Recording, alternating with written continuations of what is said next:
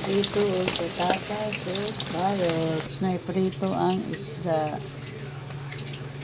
Yung luto ng patatas at saka carrots. Tanggalin na natin. Nabawasan ng mantika. Gusto natin ang bawang. Sunod ang sibuyas. Sunod natin ang gata. Sunod natin ang curry powder.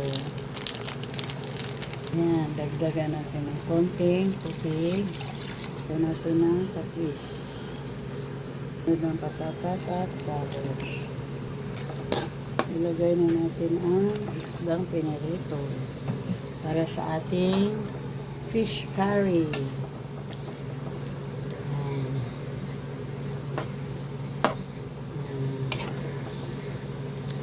Fish curry. Luto ng ating fish curry. Wow, sarap na.